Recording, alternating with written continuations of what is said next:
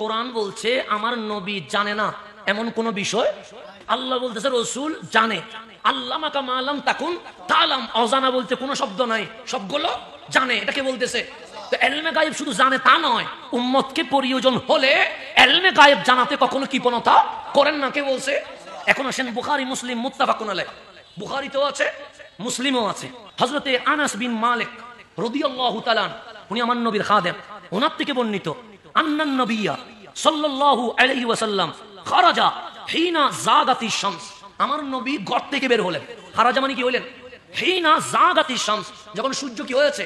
মধ্যবর্তী হয়েছে। জাগাত মানে ঢেলে যাচ্ছে। ওই সময়ে ঘর থেকে বের হলেন। বের হয়ে কোথায় আসলেন? মসজিদে নববীতে আসলেন। ফাসাল্লা যুহরা, যুহরের নামাজ আদায় করলেন।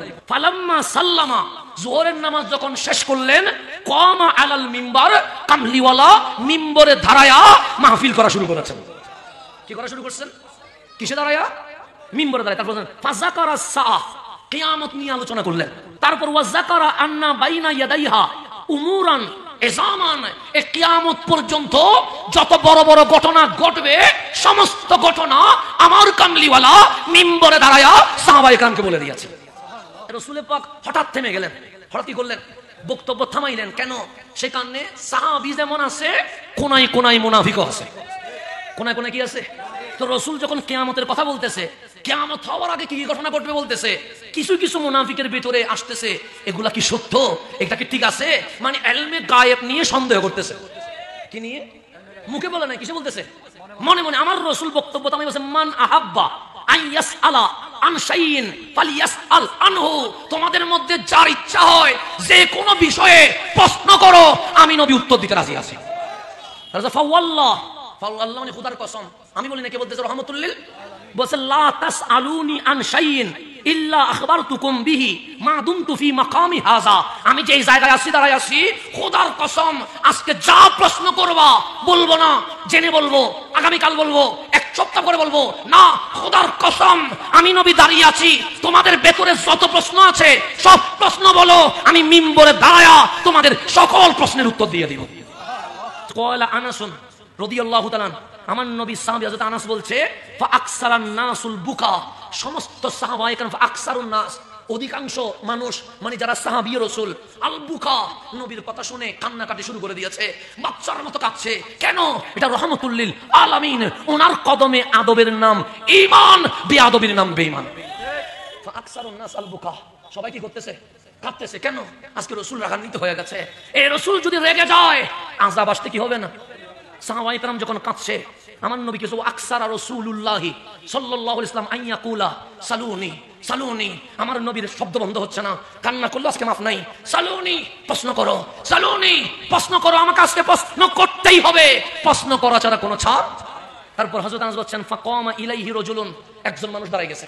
এ বলতেছে, আইনা মাদখালি ইয়া রাসূলুল্লাহ, আপনি তো কিয়ামত নিয়ে মাহফিল করেছেন, দেখেন বলেন আইনা মাদখালি, কাল যে হাসরে বিচার হবে আমার জায়গা কোথায়, জান্নাতে না জাহান্নামে? আমার রাসূল বলেছে, আন্নার, তুর জায়গা জাহান্নামে। কিসে? আমি বলেছি? কে বলতেছে? নবী বলেছে আন্নার, জাহান্নামে।